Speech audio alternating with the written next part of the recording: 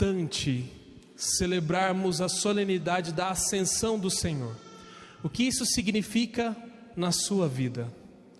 Bom, primeiro vamos entender o que significa ascensão. Nós comemoramos até agora, estamos ainda na ressurreição, lembrando nesse tempo pascal a ressurreição de Cristo. Jesus ressuscitou e 40 dias após a sua ressurreição, Ele ficou ainda na terra. E quando eu digo após a ressurreição, significa que o Senhor morreu. E depois de morto, Ele ficou presente com os seus discípulos por 40 dias. E depois de 40 dias, subiu aos céus na presença dos mesmos discípulos. E para nós isso tem um significado muito importante, e talvez nós não nos demos conta disso. Quando nós falamos que Jesus morreu e ressuscitou e por 40 dias esteve com os seus discípulos, Ele estava presente de uma maneira pós-morte, diferente. Lembre-se que Maria Madalena foi ao túmulo e o que Ele disse a Maria? Não me toques, porque ainda não subi para o meu Pai. Mas os discípulos podiam vê-lo, e depois Ele mesmo disse para Tomé tocar nele. E parece tão confuso entender tudo isso, porque o que realmente significa isso? Que tipo de presença é essa? E é a presença de nós também, quando nós morrermos. Significa que o nosso corpo também será transformado. Na morte, morre-se o corpo, mas a alma não. E depois, na ressurreição, ganhamos um corpo que se chama corpo glorificado. E é isso que Jesus está nos mostrando. Que nós receberemos um corpo glorificado. O que significa um corpo glorificado? Um corpo que foi tocado pela imortalidade também. E ele já não é mais corruptível. Ele já não apodrece no túmulo, como vai acontecer com os nossos corpos materiais. Mas ele será sem corrupção, incorruptível. O que significa isso? Um corpo que não sente dor, um corpo que não tem as intempéries e não sofre as dores deste mundo, mas um corpo perfeito, que muita gente luta por isso aqui em terra. Há tantos que caem na ilusão do corpo perfeito aqui na terra. E tudo que é corpo tende a perecer. Mas seremos também nós como Jesus, e é isso que Jesus mostra nesses 40 dias. Jesus faz questão de dizer aos discípulos que existe uma vida após a morte, e que a morte não nos para. Porque de repente Jesus poderia vir à terra, morrer, e Ele poderia nos salvar somente por isso, mas por que Ele precisaria mostrar a sua ressurreição a nós? Porque imagina, Jesus falava ao povo fisicamente, eles já não acreditavam, imagina espiritualmente. E quando Jesus sobe aos céus, e a subida aos céus significa que agora Jesus está presente em nossa vida de um modo espiritual, e não mais físico, como estava presente na vida dos discípulos.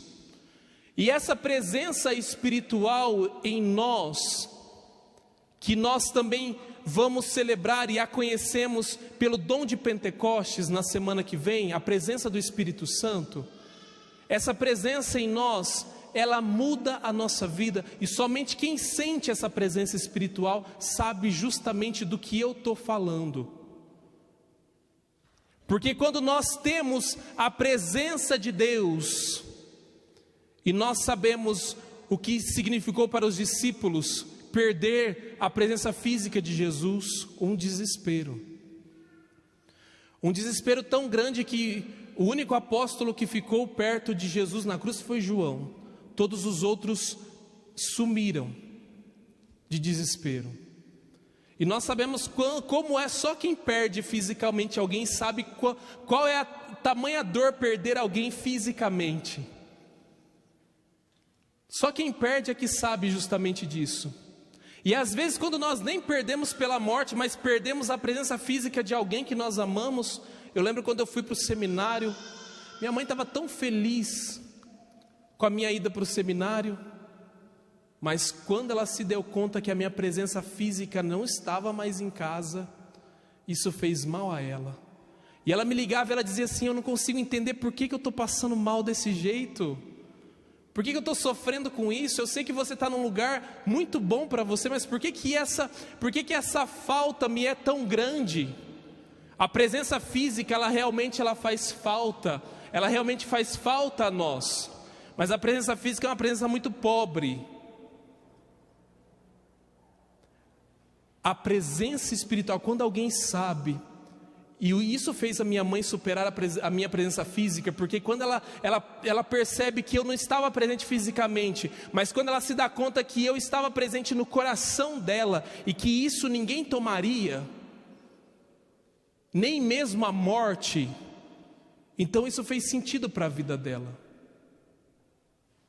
A presença espiritual de Jesus, a presença de Deus em nós, espiritual, é uma presença que nos faz tão fortes e que nos faz capaz de superar e resistir aos problemas físicos, os problemas materiais que nós enfrentamos na humanidade.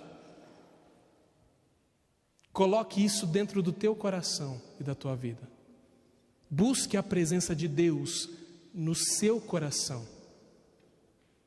Essa é a presença mais importante.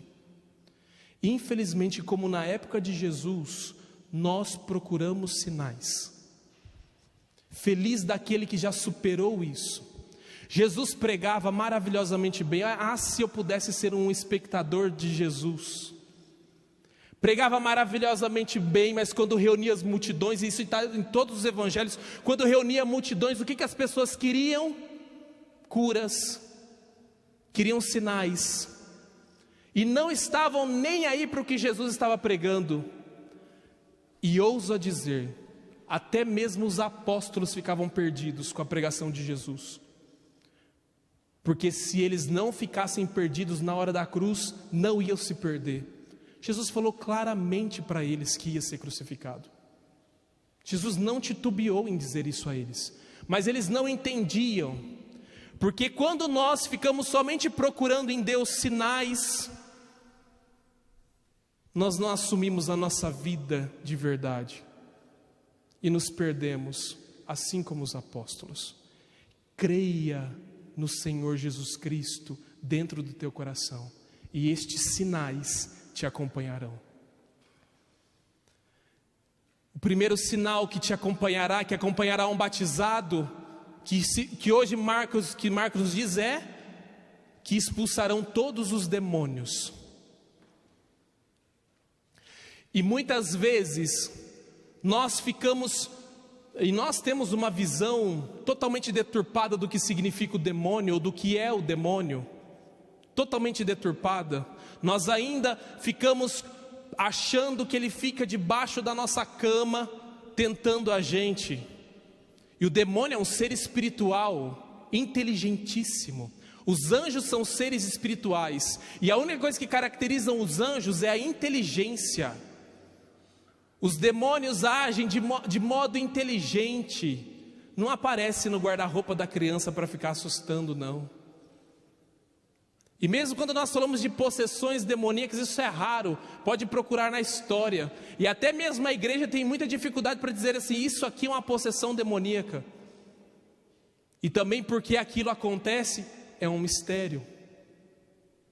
Mas todos nós não damos conta de espantar as tentações que nos acontecem diariamente, porque não nos apossamos da presença espiritual de Deus.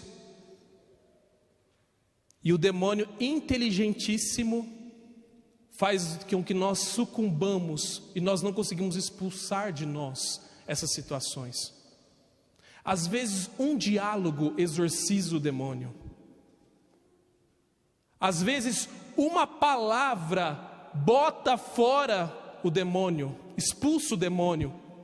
Porque uma pessoa revestida da presença de Deus, da presença espiritual de Deus, ela muitas vezes sabe o que fazer em situações que nós nem percebemos, mas estamos sendo tentados.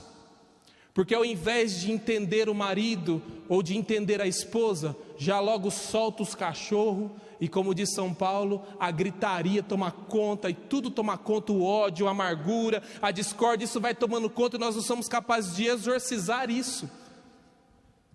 E nós ficamos pensando que o demônio é só o chifrudo, o coisa ruim. E esquecemos a nossa vida. Outro sinal que vai nos acompanhar, aquele que se coloca na presença de Deus e como missionário de Deus, é que falarão novas línguas. E falar novas línguas significa tanto aprender novos idiomas, que é o que aconteceu com muitos missionários desses apóstolos. Imagina, apóstolos que falavam aramaico foram parar em Roma e aprendiam novas línguas. Tanto também como lá aprendiam a falar não só as línguas do local, mas a linguagem do amor. Quantas vezes encontrei pessoas no aeroporto, não sabia nem que tipo de língua que a pessoa estava falando, mas porque via a cruz em mim, tentava pegar informações, e a gente se comunicava sem nem saber o que estava falando, mas se comunicava e acabava se comunicando. Talvez isso já aconteceu com você também. Mas qual é a língua que nós falamos ali? A linguagem do amor de Deus. Essa língua, a linguagem do amor de Deus. E aí vem um outro sinal: você vai tomar veneno e nada vai te acontecer. Você vai pegar em cobras e não vai ser picado. E meu Deus do céu, esses dias, não sei se vocês receberam, mas teve um pastor nos Estados Unidos que, para demonstrar o seu poder diante da assembleia, pegou uma cobra e, citando esse mesmo versículo, a cobra cravou os dentes aqui no pescoço dele e tiveram que socorrê-lo por uma falta de entendimento. O que significa o veneno e o que significa a cobra para um judeu? Para quem Pedro está narrando e Marcos está escrevendo, o que significa a serpente? O que significa a cobra na Bíblia, na palavra de Deus? E vocês sabem disso, o que significa? O que tentou Eva é a tentação. E quando nós nos colocamos na presença de Deus, a tentação não nos pega. É isso que o Senhor está nos dizendo. Que nós não seremos deixados, caídos por qualquer tipo de tentação. E aquele que tem a força de Deus no seu coração se pergunta assim: meu Deus, como é que eu vou vencer isso? E a própria força de Deus pelo batismo te faz vencer as tentações do mundo, o veneno do mundo. E o veneno do mundo são as ideologias, as maldades que vão entrando dentro do nosso coração e vão nos ferindo interiormente, e de repente nós estamos rendidos pelo veneno do mundo. E o último sinal é que se você impor as mãos sobre os doentes, eles serão curados. E meu filho e minha filha, não fique pensando, e Jesus se cansou de dizer isso. Não fique pensando que quando ele fala de cura é somente cura física. Quantas vezes eu fui curado porque alguém pôs a mão sobre mim e me deu um abraço, porque minhas feridas interiores estavam difíceis de suportar. Quantas vezes eu fui curado porque a minha avó fez um remédio e passou sobre o meu corpo físico e curou as minhas feridas. Quantas vezes eu fui curado porque um padre traçou sobre mim o sinal da cruz e disse: os teus pecados estão perdoados, e me tirou da miséria do pecado que eu estava vivendo. Isso é cura para Deus. Nossa Senhora de Fátima está aqui porque nós celebramos ela, e eu lembro muito bem, toda vez que, nas 6 aparições, que irmã Lúcia ia diante de Nossa Senhora de Fátima, ela ficava assim: mãe, cura fulano, cura ciclano. Nossa Senhora falava assim: esse daí eu não vou curar. Especificamente ela pediu a cura de um senhor, de uma família, uma cura de um câncer. E Nossa Senhora disse para Lúcia: não vou curar o câncer dele, ele precisa viver o câncer dele, mas eu vou fazer outra coisa, eu vou prover o sustento da casa dele. Isso também é cura. Nos apeguemos a isso, sejamos cristãos autênticos, e nosso Senhor sentado nos céus nos ajuda a viver na sua graça. No instante de silêncio, eleve o seu pensamento a Deus e peça a graça de viver assim como Ele, para que um dia nós também sejamos levados até o céu, assim como nosso Senhor subiu aos céus.